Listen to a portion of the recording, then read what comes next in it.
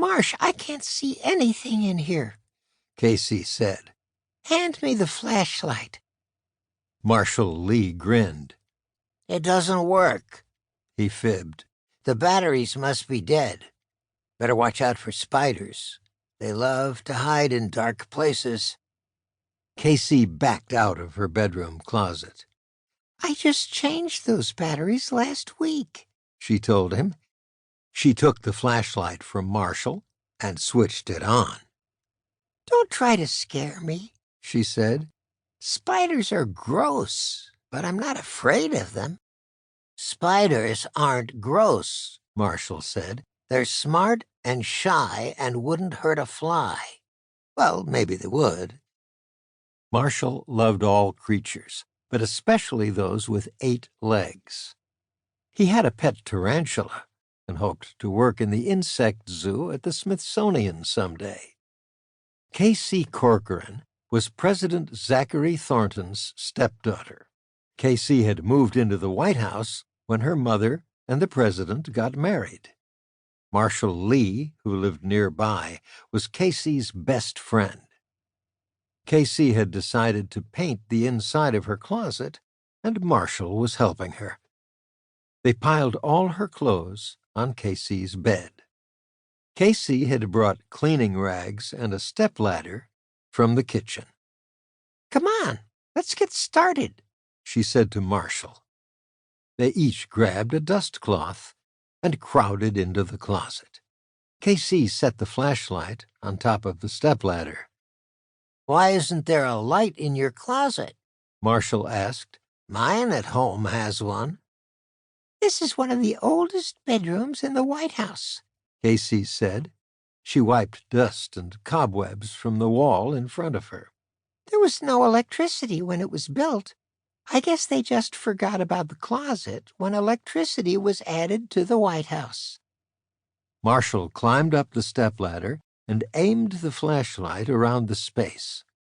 He paused when it shone on one corner. Hey, what's that thing on the wall? Marshall pointed to a small lump under the paint. It was perfectly round and the size of a $50. Marshall tapped the bump with the end of the flashlight. Some of the old paint flaked off. He looked at the bump more closely. I think it's a ring, he said. He wiggled a finger under the paint and tugged. Suddenly, a square piece of wall came away in his hand. He jumped off the stepladder as paint flakes fell onto his hair. Let me see. Casey took his place on the ladder. She shone her flashlight into a square hole in the closet wall. It's a secret cubbyhole, she said. Is there anything inside? Marshall asked, wiping dust and paint off his shirt. Cobwebs, Casey said, and a couple of shelves. She stood on the top step and reached into the hole. The shelves were deep, so she had to shove her whole arm in. Casey felt a sharp edge. I think there's something in here. It feels like some kind of box, she said. Maybe it's a pirate's chest filled with treasure, Marshall cracked. Here, take the light. Casey handed the flashlight to Marshall so she'd have both hands free. She slid the thing forward and pulled it into the closet. It was a chest, but not a pirate's, about the size of a pizza box. It was made of wood and stood only 6 inches high. Casey set the box on top of the stepladder next to her. She wiped dust and grime off the wood. I wonder what's in it, Marshall whispered. He tried to lift the lid. It won't open. Casey noticed a small round hole. Maybe this is a lock, she said. She thrust the chest into Marshall's arms and reached all the way into the corners of the hole.